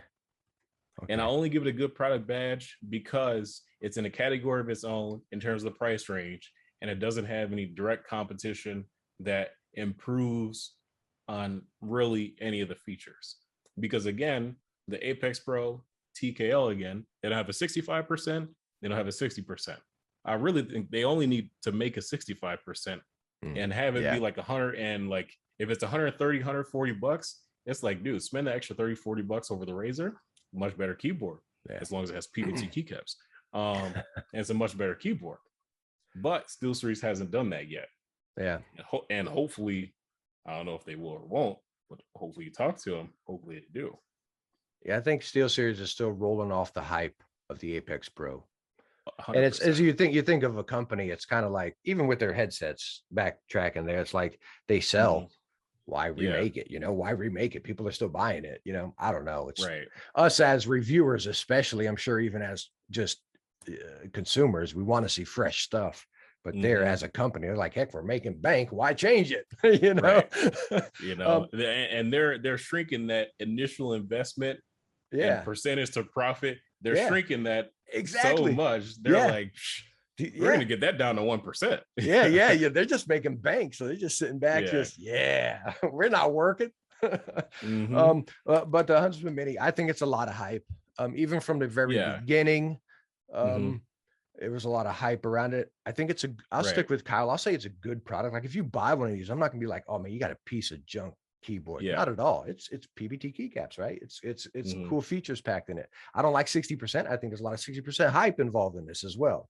Right. Optical switches, I personally don't like them because they just feel cheap to me. That's why I like the Apex Pro. They're like fast mechanical switches. Right. And that's why I go to the Black Widow V3 Mini. They got the yellows. They're very fast. It's like this, how it should have been. The V3 Mini. It's expensive. That's an expensive and the Black Widow board. V3 Mini. I've seen your review and I've seen all your points and stuff. Yeah. And I agree with you a lot because Razer's really good at this. Again, they came out with a keyboard that's in a category of its own that doesn't really have direct competition. Yeah. So by design, they make a good enough. That's a thing. That's the key. A good enough product just to justify it, which I don't think is bad because why overspend if you don't have to? Yeah. But they make something that's good enough that you can say it may not be a great deal, but it's fair. Yeah. It's like there's no competition, so you can't really say, that's a bad deal because you got the Logitech G915 above it, and then below it you got the Keychronos, you got the GKs that are wireless, you got all that stuff, and that's $100. You can mod it, whatever. But not everybody wants to do that. Some people just want something that feels good out of the box to just use it, and that's why I think that V3 Mini wireless, it's not bad. Yeah, that's my style. That's why I'm not really big fan of custom keyboards because I want to get it and play with it. That's why I love the Maya Pro. I get it and I'm to business. I don't got to sit here for 2 hours modding, lubing, and all that stuff. You know what I mean? Freaking takes forever. That's why I got a bunch of switches I haven't even touched. I haven't had time. You know? But I think that plus it's not enjoyable. Yeah, exactly. Yeah. But I think there's a lot of hype. Nothing more than being 60%. And then, this came out during the 60% hype, the trend. Oh yeah. It came out during the prime time. The very peak of it. Yeah, exactly. So that's why it caught so much. I feel like it's dying, but it's sad that the V3 Mini didn't catch on much. Why did this so much? And that's maybe the price. This was 130. That's 170. I don't know. Right. Somewhere right around. I think it's 170. Yeah. $30, $40 difference, son. And I don't understand it. I just don't get it. It's Bluetooth. It's wireless. It has fast switches. I think where Razer messed up with the V3 Mini is that they didn't come out with a wired version. If they would have came Yeah, out yeah, with yeah, a yeah, wired yeah. version, 100%. that was $120 or $130, Funny. I think it would have caught on and people I would have liked it. yeah. Like with a product like that, I think they need to have two versions. You speak my language. This is why I like you so much, Kyle. You know that? You know, we got different opinions, and this is just like you guys watching. But like it always watching comes to the same conclusion. Yeah, yeah. We all got the same, you know, in the background. It's just like it goes. And by the way, I talk with Razer people, and I've mentioned that to them just to let you know. So you don't come out with $150 Viper Ultimate and not have the wired version. You did it there. Right. You got the SteelSeries Prime for 100 and whatever 30. You got the regular wired version. Yep. Not everyone has 170, 180 bucks for the wireless version keyboard. Give them the option. If they do, that doesn't mean they want to spend it. Yeah. Give them the $100 option. I would just bought the wire version. Yeah. Like $100, no Bluetooth, no wireless, $100, and you get that great keyboard. Yep. That has to happen, but it needs to come out at the same time. I think, you know, that's a prime example. That's, you know, that's going back to like coiled cables again and regular cables. You know what I mean? Right. You need that option. You need that option. I'm with you 100% right there. So I think because I'm always a excuse me. I'm always a fan of the consumer having the options. Yeah. When the consumer feels limited in the options, that's what makes the purchase decision a lot harder to make. Yeah. And the recommendation a lot harder to, you know, even recommend something. I agree, because at the end of it, talking about the consumer making a decision, or I mean, we buy products, even though we're reviewing, we buy a lot ourselves, you know. And you got to have that option on the shelf, because at the end of the day, I'm going to tell you, I love the Maya Pro. I love this. Yeah. You may possibly hate it. You know what I mean? And that's fine. We're not arguing here. I'm giving you my opinion about it, you know, and I think those options got to be there. And that's what's we're seeing it. We're seeing these big companies come that route. I do think so. But again, I think they got to go slower, because they got to have the products for the masses. Unlike the Maya Pro, that'll sell out in a week, you know, something like that. So, yeah. Because we're at the point where, like, and I feel like it's the same way with a lot of different industries, like cell phones, computers, and all that stuff, like where we want the bigger companies to adopt a lot of the characteristics and a lot of the speed and the ability to make changes, just like the smaller companies. Yeah. And it may be a little bit unfair for us to expect that, even though we want it. Like I give Zowie a lot of crap because of how they like disbanded, they haven't really been updated their products and stuff like that. And I get, they want to make it for the pros and stuff. And like I use that example because it just seems like for a long time, like the past like year and a half with them, not really a year and a half, but 2 years, they haven't updated really any of their products up until now. And they're starting with one. And I would say, okay, that's cool. You updated one product. But what I'm more so concerned about is not just the one product that you have. When is the next version of the next update coming out? Is that coming out 3 months from now? Is that coming out another 18 months from now? Yeah. That's what I'm concerned about. Yeah. So I think that, stuff like that, I think that's what we really want the bigger companies to do. And I don't really know how feasible that is, but I know if Logitech can take 2.5 years to come out with a G Pro X super light, it's like, all right, well, how long has the G703 Lightspeed been out?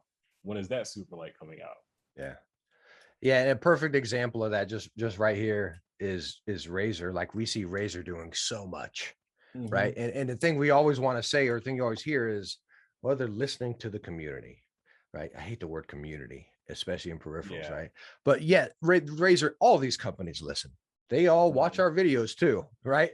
I get replies. Everybody else is listening. Yeah. While Razer is acting. Yeah, yeah, and they hear the stuff and they do, like, I don't know if you saw my tweet the other day. They changed the packaging of the Orochi. How cool was that? Like they emailed me and said, "Hey, we just want to let you know." I was like, "Yes, that's awesome." Something that tiny is so cool. It's so cool. Yeah, yeah. But even with Razer implementing new mice constantly, new keyboards, new headsets, we got to understand, guys, Razer is, besides Logitech, probably For the the biggest peripheral company out there. Yep. They Absolutely. over, any of these Duckies, Varmillos. I don't know First what. mechanical gaming keyboard, Razer. Yeah. First gaming mouse, Yeah. Razer. Like getting off of anything, you got your HP mouse, you got with your computer, your Dell mouse, your Dell keyboard. Yeah. Nah, you bought a Razer. Yeah. Like I'm sure that's probably a 70%. I'm probably trying to think. 70% of people. And there's probably another small, like a 5% people like they get Red Dragon because Amazon and whatnot. Not like because in the past, like maybe 2-3 years, there's like a 2% Red Dragon was your first. Your first was Razer. Stuff. Oh yeah, first was Razer. Had a Black Widow. I think it was a Black Widow TKO and a Death Adder. I don't know what my first keyboard was. My first mouse also Death Adder, and I used Death Adder was the one I would say I used the most, and then the 310 Steel Series 310. I don't know what my first keyboard is, man. Son of a gun, I'm gonna have to think about that when I get off here. I forget. I honestly don't know. But anyways, I don't think it was Razer. I really don't think it was Razer. It might have been Logitech. It honestly might have been Logitech, if I'm thinking right. I say Logitech is probably another Logitech or Corsair. Huge, Logitech and Corsair, because those three are the biggest. You got Razer, Logitech, Corsair, and then you got like the Steel Series, and after that, maybe HyperX. Yeah, I'm thinking all the brands you can find in like a Best Buy or a Target. I still say Razer is the biggest out of any of them. Yeah. I don't know. 100%. I don't know numbers. I don't look at that. I know Razer's on Hong Kong stock, but I mean, they got laptops, Yep. I don't know as far as like stock numbers, but when you go into Best Buy, those companies got to buy that shelf space. Like they don't just merchandise it there. They got to pay for, and at my Best Buys around here, Razer's always at the front. Yep. They got a Razer and then they got an HP end cap. And those companies, they got to pay for that. You see a Snickers at the registers, Mars or Hershey's, whoever, they got to pay for those candy bars to be there. Walmart doesn't just merchandise them there, So again, I think it's a lot of that, but that's how they are able to come out and follow trends along with listen to community. You know what I mean? So I think we're on the same page with that. But other than that, I think we covered a lot of core things. Is there is there any other thing you wanted to chime in on? Let me see. Since I review like a lot of monitors and stuff, like what's your main right now, like your main like number one gaming monitor that you use all the time? And then like as a follow-up to that, like what do you think is like the next big thing for monitors? Like what is the monitor dream spec that you would want, regardless if a PC right now can handle it or not? Because like for me, I already know like my dream monitor is a PC can't even handle it, but it doesn't stop me from wanting it. Right. What is like 4K freaking OLED with IPS like abilities and 240 hertz, of course.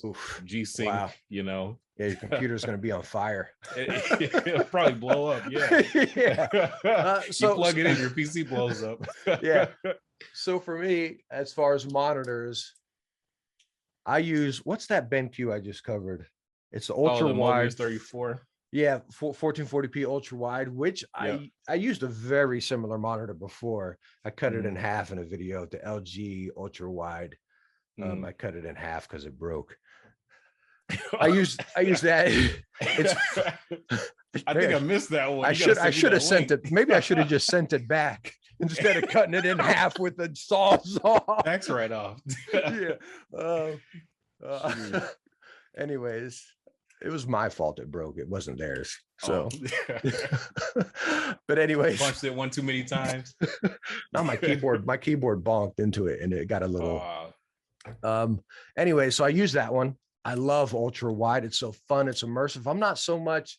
I'm competitive, but I don't throw my mouse if I lose. Right. I love winning. I play decent Call of Duty, Rainbow Six, Insurgency, Sandstorm are my primes. Fortnite a lot lately too. But I use the ultra wide because I like that immersion still. I love gaming. I have fun gaming. I don't want to be a pro. You know what I mean? Yeah. So I do also have a 27-inch LG 1440p 144 hertz, I think. Maybe it's 240. I don't know. But I also have a 27-inch behind me. But my main is the ultra wide right now. But I can switch. They're both plugged in, so I can just pull them out and switch them on arms. Yeah. You know, they both stay on my desk. But my dream monitor, I'm not much of a dreamer, man.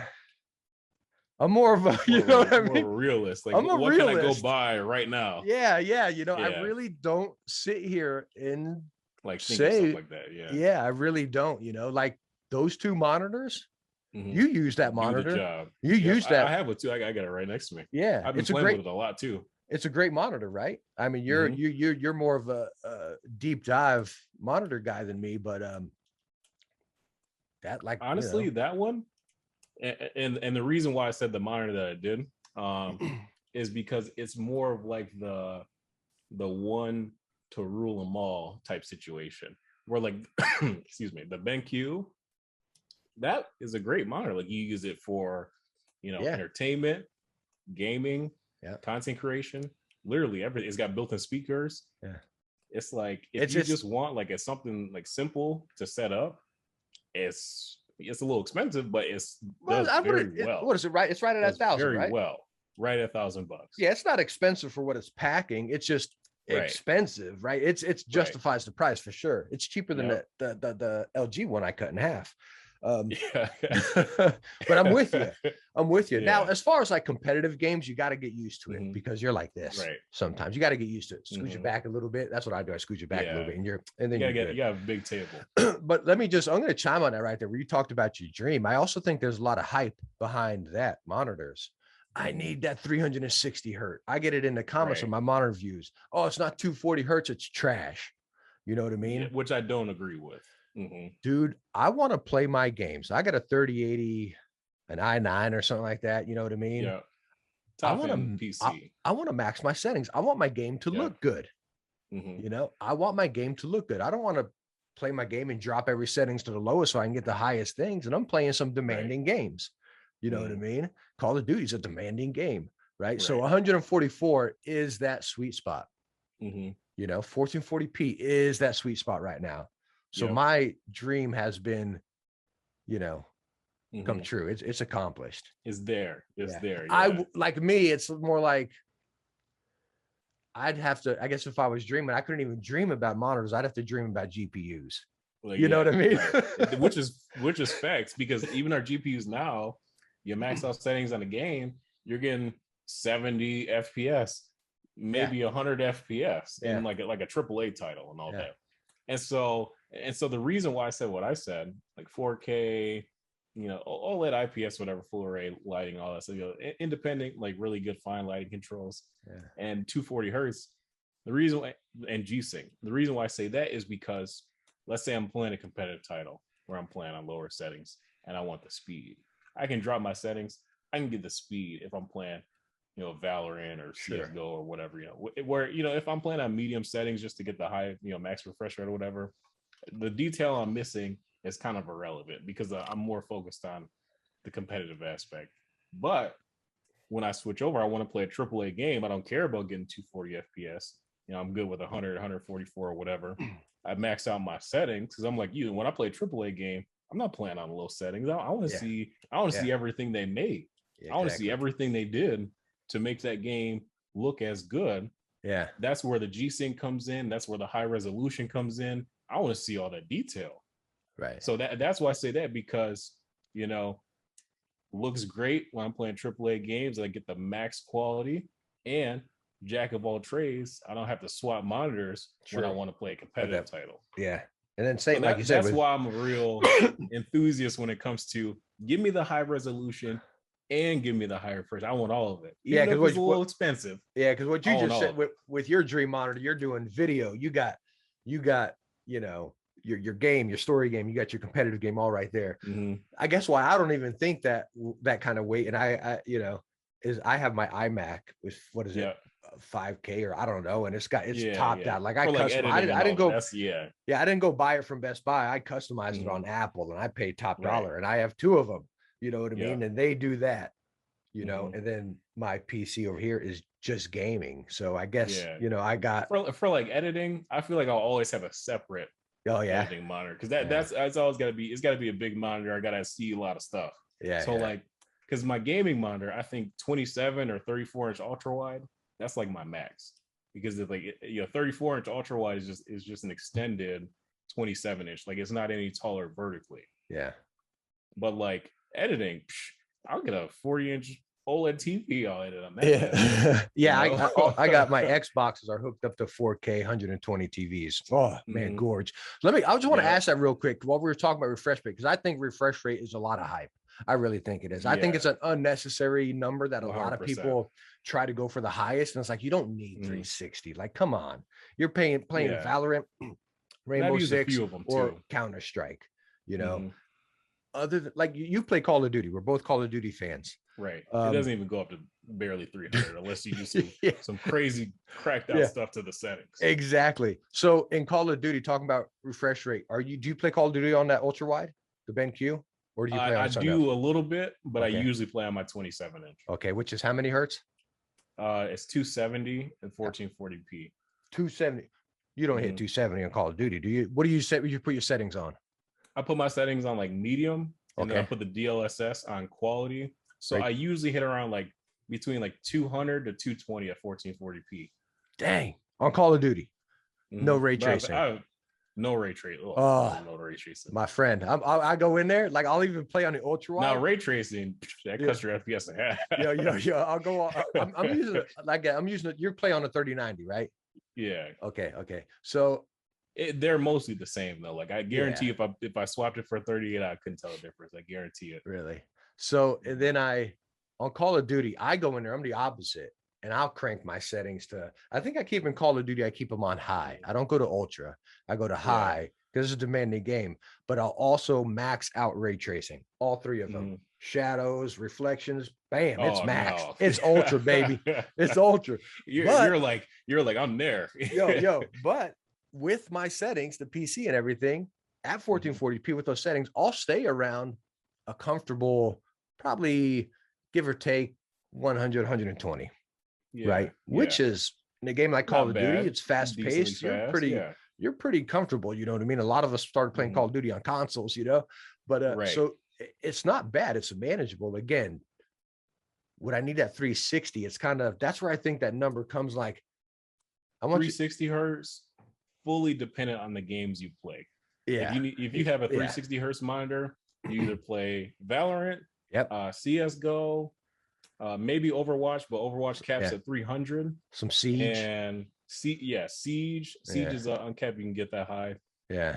And that's about it. Yeah. Everything else, every other game. Maybe Fortnite, and that's it. Fortnite's those 5 games. Yeah. That's about all you can play. Because Fortnite, you got these streamers, they're getting 900 FPS because they went in the config files and changed a bunch of crap. And this is how much those numbers are hype, I think, because so many people will focus on that number that they'll go 1080p, right? Yeah. Give me that 240. Give me that 360. I don't care. I'm fine with 1080p. Let me tell you what. Yeah. You go 1440p, you're not going back. You are never. No. You can't watch. Absolutely 1080. Spoiled me. You can't watch. I don't want to sound like a snob. That's not the way I roll. But you can't watch 1080 anymore. No. It's like you're watching a DVD. You know what I mean? Yeah. It's the whole Blu-ray to DVD. Yeah. And no upscaling. Yeah, exactly. It's that big of a drastic difference. And that's why I think hertz is kind of over exaggerated sometimes. It's almost like weight on mice. I put it in that same category. I put it in that exact same category. Because for the hertz to actually matter, you got to be a top level player. Minimum, If you think you need a 360 hertz monitor over 240 hertz, or let's bring it down another notch. Let's say you have a 160 or 180 hertz monitor, you got a 1080p monitor, and you want to upgrade to a 240. Is it going to be a difference that you'll notice? Yes. Is it going to be a difference that's big enough to make you better in game? Marginally. But when you go from 240 to 360, that's an even smaller amount. Is this refresh actually going to help even a little bit make you better at the game? If you're not at the pro level, the answer is no. Yeah. Flat out, if you're not up there with the pros, The answer is no, because that advantage you're going to see is it's not there. Like you're not going to see it. You're going to know a smoother gameplay if you're playing those games, but otherwise you're not going to have a clear advantage that you can actually explain to tell your friends that yes, that's why I won that one individual gunfight. Yeah, you got a 360 hertz monitor with this laggy Wi-Fi internet connected to it. It's like you just totally squashed the total 360 hertz, like it's gone. And you're still missing your shots in Fortnite. Yeah, you just lost the whole thing. Like, why have it? Right. You got to have everything in place. So again, I really think, I know that was kind of off question, but I think hertz is definitely an overhyped topic. Yeah, you know, 144 hertz, 1440p, and you're good to go right now. So you're good to go with GPUs and setups. You are comfortable right now. That's where you can stay. With that, you can pretty much use really any GPU. Like you can get a 3060, you can get a 3070. Like as far as like the reasonably priced GPUs from maybe like 300 to 700 bucks. Yeah. Because once you start to get into what is it, like 1440p, 200 hertz even, which I feel like is a market that monitors are missing, is 1440p 200, because I feel like that's a specific place that I think could be filled and there could be a case made for it. But once you go that way, you need to be spending $1,000-$2,000 on just a GPU, because it's such a high resolution. You're gonna have to mess with your settings a little bit to just get that. It's kind of ridiculous. The only reason why I got it, quite frankly, is because the only 30 series card I could get at the time, 3090. So I was like, I might as well make the best of it and get the best monitor I can get. Yeah, I had to build the NZXT to get my 3080, which is a nice PC. But talking like that, like you're talking about with that, like this laptop is a 3070 and it has 160. It's 1440p at 165 hertz. Yeah, I can't get this thing to 165 at 1440p. Number one, you got mobile GPU. Right, which is not the same. Yeah, it's not the same. You got heat chugging in these guys, so I'll hit 120 pretty comfortable playing Fortnite. Get up to 144 even. Stay there pretty comfortably. But when I unlock it to 165, it's going to get a little washy. It's going to get a little crazy. But what 144 is, again, I think it's that goods point. But again, you like 360. What is it right now? 360, 350 or whatever everyone's talking about. Yeah, and there's a couple of 390 hertz monitors floating around there too. Is it 1080p or is it higher? 1080p. Okay, see, I don't even look at 1080p anymore, but 1440p above, it's a little nuts. It's like, dude, get that coiled cable off your desk. Seriously though, it's insane. And the problem is too, all the 360 hertz monitors, all the panels, they're all the exact same AU Optronics panel, and they all look the same. So it's like the one that you should get, quite frankly, is whichever one has the best deal. Alienware, Asus, Acer, they're all extremely similar. So it's like, because it's such a new technology too, there's not enough that's differentiating the different brands. It's just you get whichever one you get the best deal on, if you're going to get it. But in my opinion, because 360 hertz monitors are about double the price of an equivalent 240 hertz, I see very little value in actually going with that, because that is like paying literally 100% more for a product. I don't think it's worth it for the very minimal increase in performance, and the actual user experience is not greatly affected. Not for that much money. Let us know down in the comments. I know we got a lot of topics we're talking about, guys, but I want to hear what you guys are gaming at as well. I think I did a poll on this before, and I think the majority of people were right at 120. 140, Well, you got that. I think I remember that one. 1440p was definitely catching on. Not many at all at 4K. Not many at 4K. Lots at catching up to 4K, but still, majority of everyone's at 1080. The price, the price. But as far as hype and trend, I think hertz is a big hype number because 100%. So other than that, man, that's what I got. I'm looking around here. We did keyboards, we did mice, chimed in on monitors right there.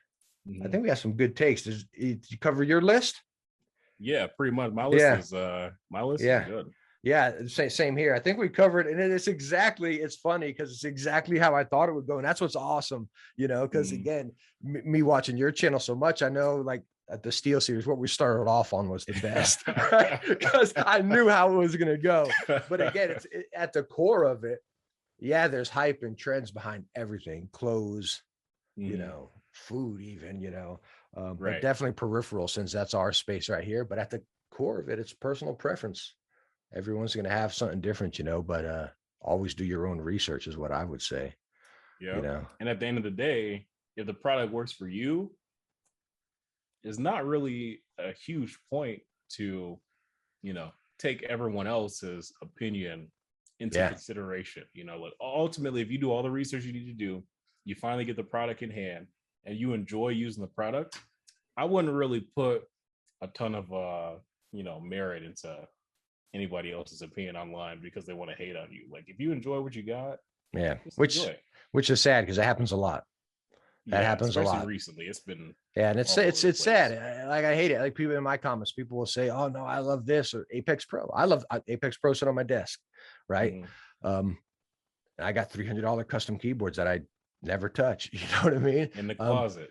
Yeah. And people will rag on me for that. Why would you use this or that? I love it, And so, like I said, don't let hype and trends, don't fall for hype and trends, use what you like, and as far as quality, that's what I say. So anything else you want to chime out, close out here, Kyle? Anything? No, that's it. No. Hey, anybody that watched to the end of this too? Yeah. Cheers to you, right? I hope you enjoyed the whole thing. I really do. This is so fun. We've been planning this for a while, guys. If you haven't checked out Kyle's channel, go check it out. I've been a huge fan since.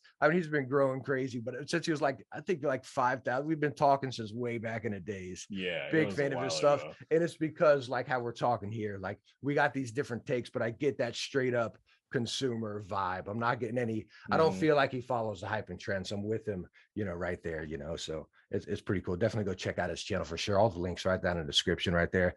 But all in all, thank you guys so much for swinging by for this one. It was the longest one I've had yet, but definitely an awesome topic. And I want to hear from you guys, seriously, down in the comments, what you think about some of these topics. What do you think as well? And we'll catch you in the next episode of Techne Talks. Thank you so much. Bye, guys.